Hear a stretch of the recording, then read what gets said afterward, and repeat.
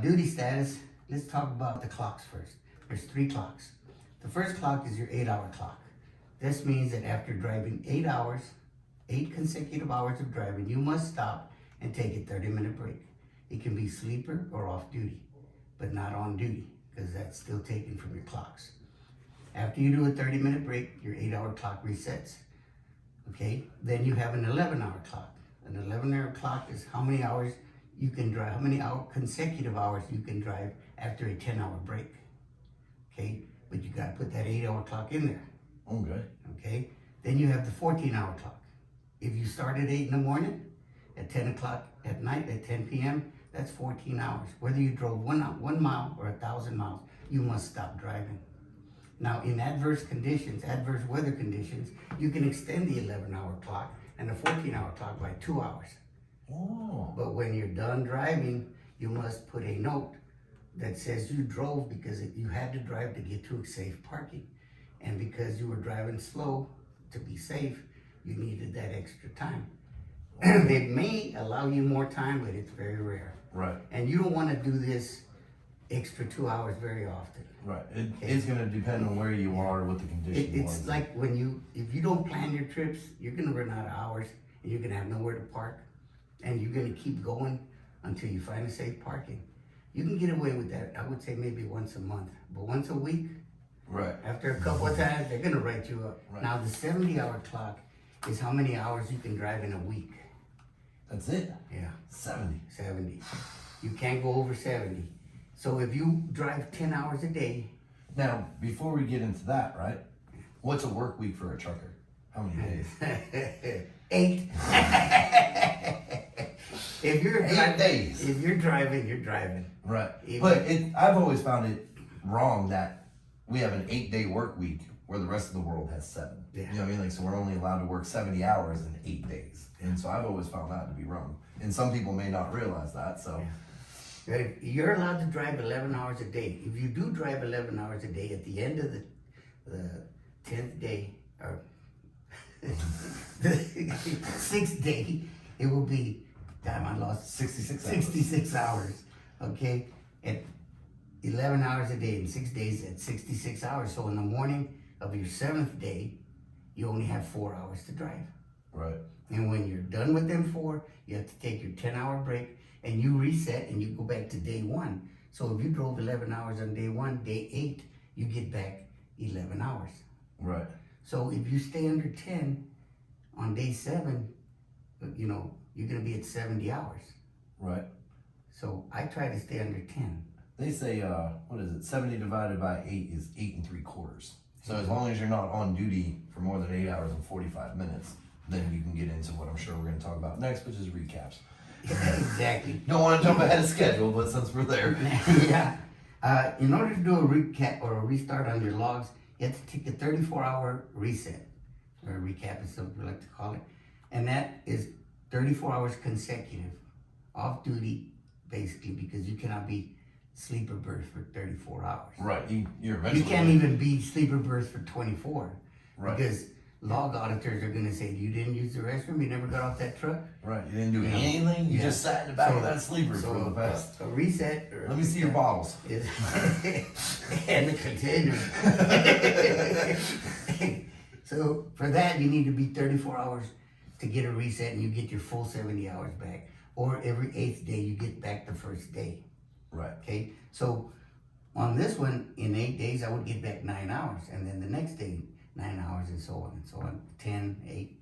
So I try to stay under 10 hours a day driving. Sometimes you have to drive 11 hours, but you don't want to drive 11 hours every day. No. Because you're going to run out of hours, and then you're going to be sitting there, and your dispatcher's going to call you, why are you sitting? I'm out of hours. You told me you could do this. I didn't read my logbooks. Yeah. Right.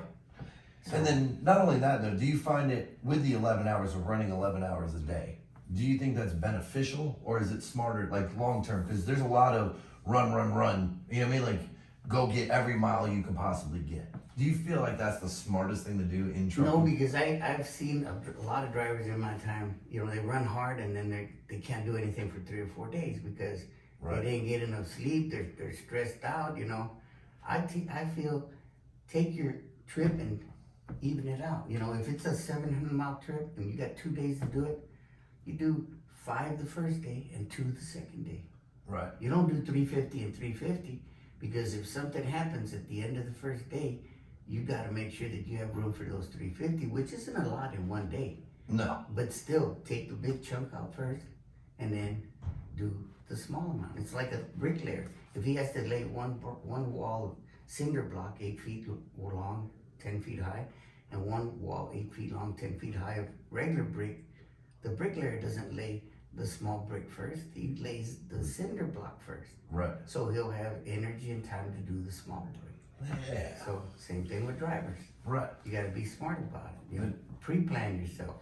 You know, if you get a load, for example, that's 400 miles, and you have to pick it up at 8 in the morning and deliver at 8 in the morning the next day, you think you have enough time to do it? 8 in the morning. 8 in the morning, 24 hours. Yeah. Yeah, I got time. You do have time. But do you calculate your how do you plan your trip? This is how I plan my trip. I use the FedEx method. Ooh. The FedEx method means if you have, let's make it easy, 450 miles to drive, divided by 45. I like to add in 1 hour for fuel, 1 hour for break, and bathrooms, right? Right. So that's 2 hours I'm gonna add in. Fuel, lunch, and bathroom, 2 hours. FedEx doesn't put those 2 in there. They just give you the 10. Right. You're supposed to fuel and eat and pack your lunch and go with FedEx. Right. But I like to add them hours in. Yeah. So for a 450-mile trip, I need 12 hours. Okay? And if I don't have 12 hours after I pick up, then I can't do it. If I do have 14 hours after I pick up, then I call that a tight load, okay? And I will call my dispatcher and I'm gonna say, if everything goes right, this is gonna happen. But if anything goes wrong, and that dispatcher is gonna tell me, it's only 450 miles, Rick. You know, you drive 60 miles an hour, in 8 hours you get 480 miles. Yeah, but what if I can't do 60 miles an hour? Right. What if I get into backup? We have to take all this into consideration. We don't divide our trip, our miles by 60 or 55, because we're not gonna do 55. We need time to get to that speed, and we gotta stop, we gotta use the bathroom, we gotta eat, traffic, backup, wait stations, Anything. all that. You have to take all that into consideration. And if you're not doing it, you're not doing your job. That is true. Very true. I like to use the minus 10 miles an hour from your traveling speed. So whatever, if you plan on traveling 60, then your average is gonna be 50. You know what I mean? Like, That's and if still you good. do that, you'll never be late. That's You know what I mean? still Like, if you downplay. But I like to say I'm using the FedEx method when the That's Ricardo, right? dispatcher goes, man, you got a lot, you got 12 hours and 450 miles. And I go, look, I gotta eat. I gotta use the bathroom, I got it. Okay, so that takes off a couple of hours. You still got 10 hours. Okay, what about wait stations? What about this, that, accidents? You never know. Right. One time I got in a backup 6 hours for an accident. It was a fatal accident though. Wow. And there was like 6 drivers got to this location a couple hours late because of that accident. So they didn't charge us with service failure but as soon as I got in that backup, I sent a message to my dispatcher. And then after 30 minutes in that backup, I called him. You know, you gotta keep your dispatcher informed. Right. I have a 19-year on-time pickup and delivery. Whoa. You know, it should be 20, but I dropped the ball Should one be, year. should be 21 there, Rick. I haven't reached the Oh, we're still in 21 yet? Yeah. All right, that's fair. But, you know, you gotta keep your dispatcher informed. If you're gonna be late, you don't call him 2 hours before your delivery time and tell him you're gonna be late. You gotta call him 24 hours Right. and say, hey, I'm not gonna make this. Why? Well, I didn't sleep last night. I'm running very fatigued and I'm not gonna be able to do what I can do. So we gotta work on repowering. Right. If you have to call him the same day, you better call him as soon as you wake up. Because you should have known yesterday that you weren't gonna make it. Right. And if you don't know, you don't know what you're doing. Right. Trip planning was not in your. Exactly. It's like You so weren't many thinking drivers about it. tell me they never find parking at night. I've never had a problem. Well, maybe a couple of times. But if I don't find one where I was expecting to stay, I just go to the next one. Walmarts, you can park at most Walmarts. A lot of gas stations, the bigger ones, you know, big parking lots. Except for that, what's that one in Texas? That doesn't like us. Buc-ee's. Buc-ee's, yeah. Buc-ee's does They not do like not us. like truck drivers. Do not, I don't know why they built such a big gas station. 90 pumps. No trucks. Though. No trucks. No trucks.